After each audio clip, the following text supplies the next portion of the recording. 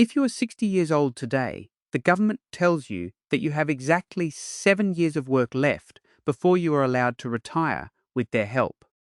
That is the story most people accept without ever checking the fine print. But waiting until 67 is a choice, not a rule.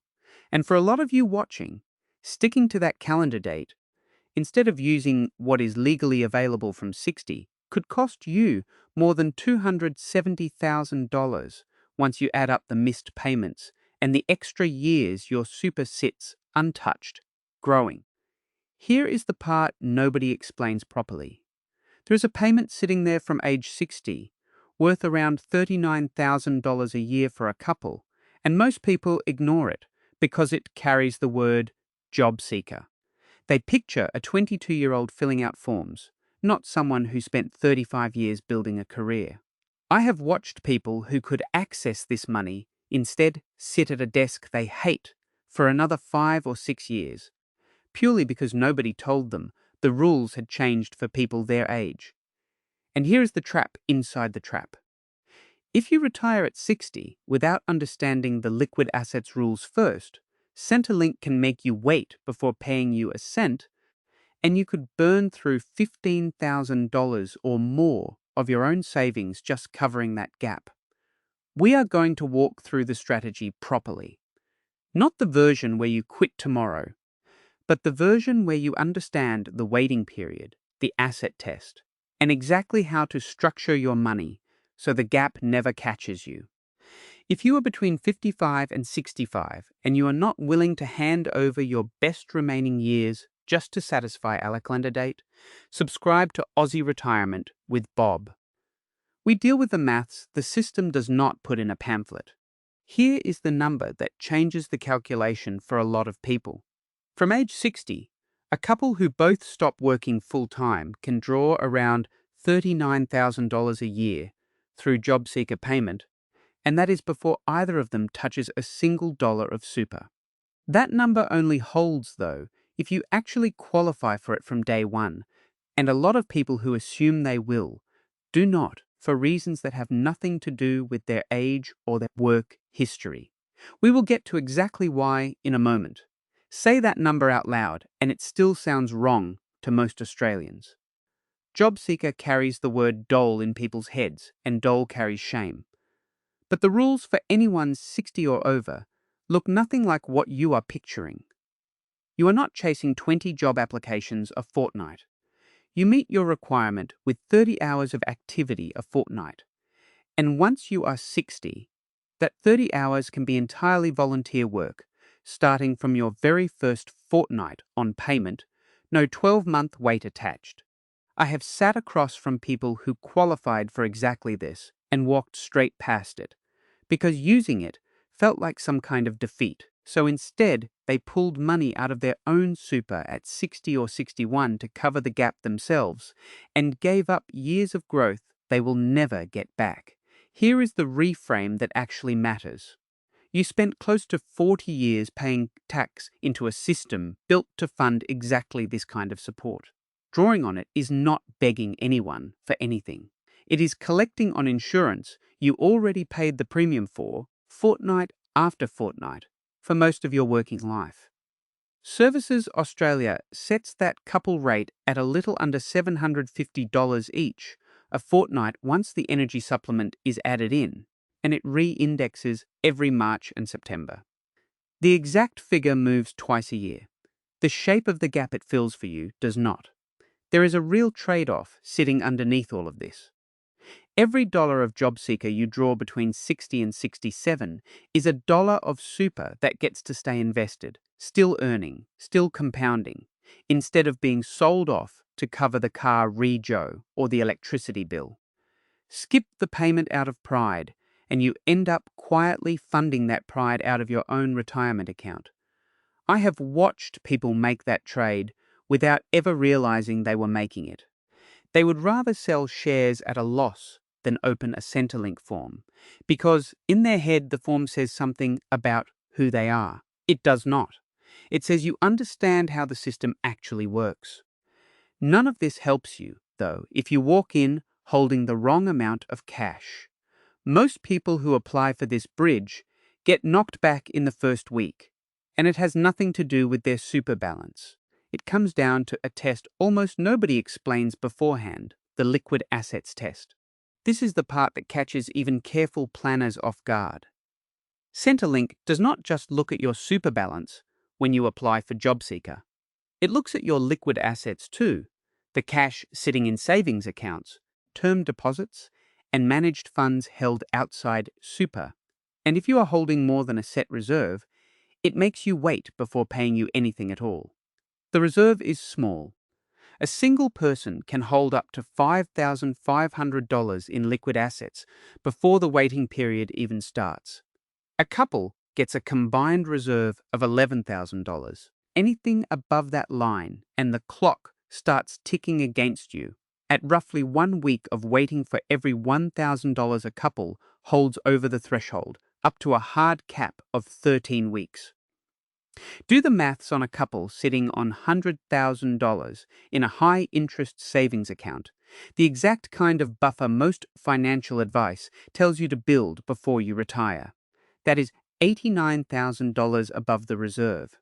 At a week for every $1,000 over, the weight blows straight past the cap. They serve the full 13 weeks. For more than 3 months, Centrelink pays them nothing, while their own cash sits there, visible, and now working against them instead of for them. I used to tell people to keep a large cash buffer sitting outside super for exactly this kind of situation. An emergency fund, easy to reach, no questions asked. For most of working life, that is still good advice. But for someone trying to bridge the gap between 60 and 67 using JobSeeker, that same buffer is precisely what triggers the lockout. The safety net becomes the trap. Sit with that for a second, because the trade-off is real. Keep $100,000 sitting in cash, and you protect liquidity, but you hand Centrelink a reason to make you wait. Move a chunk of that same money into super instead, through a non-concessional contribution, and it stops counting as a liquid asset altogether, because super held in accumulation phase before pension age generally is not assessed the same way. The cash does not disappear. It just moves somewhere the test cannot see it. This is not about hiding money. It is about understanding that the test only looks at where your money is sitting on the day you apply, not what you plan to do with it later. Move it too late, and you have already served the wait. Move it with enough lead time, and the waiting period barely touches you. Timing matters more than most people realize here. This is not a move you make the week before you hand in your resignation, because Centrelink will simply see a large deposit that arrived recently and ask exactly where it came from.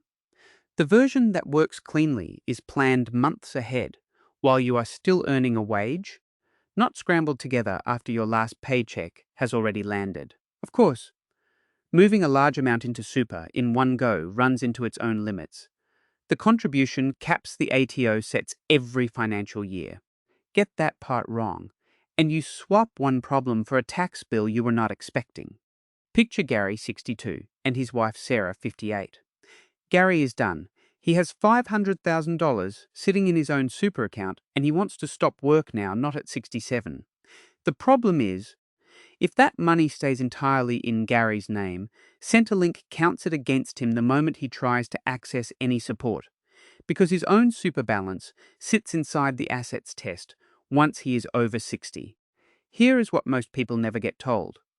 Super sitting in an account belonging to a spouse who has not yet reached pension age is generally not assessed by Centrelink at all, regardless of the balance. Sarah is 58.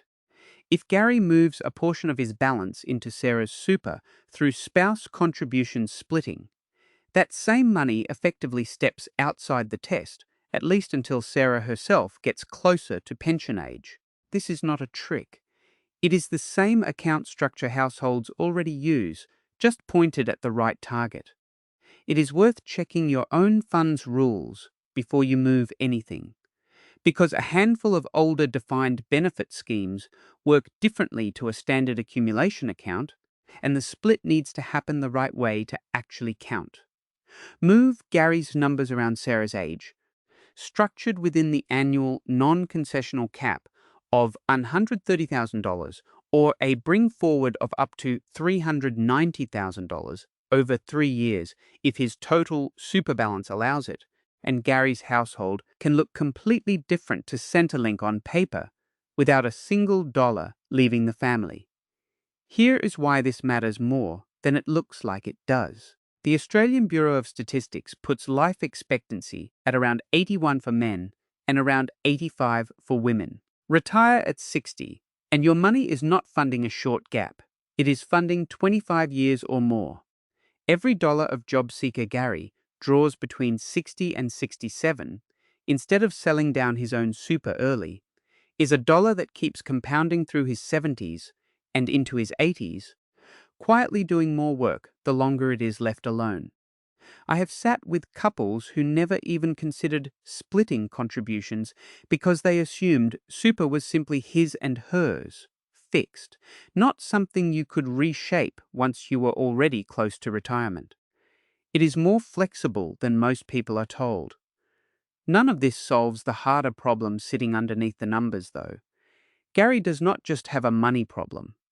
He has an identity problem. He has been the manager for 20 years, and part of him is not ready to stop being that person, even if the maths says he can afford it. If part of you is resisting everything we just covered, that is not a character flaw. It is completely normal. For 20 or 30 years, your job has not just paid the bills. It has been the answer to what do you do, the thing people introduce you by at a barbecue, the reason you get out of bed with a plan every morning. Stopping that, even on paper, can feel like quitting on your team or quietly admitting you are winding down. That feeling is real, and pretending it is not there does not make the transition any easier. If you are earning a solid income right now and still feel behind on all of this, you are not alone, and you are not behind in the way you think. Most people never structure any of this until they are staring directly at the calendar date. Getting there at 60 instead of 50 does not make you late. It makes you normal. Here is a smaller shift that tends to help. Do not frame it as quitting. Frame it as a transition, because structurally, that is exactly what the rules allow.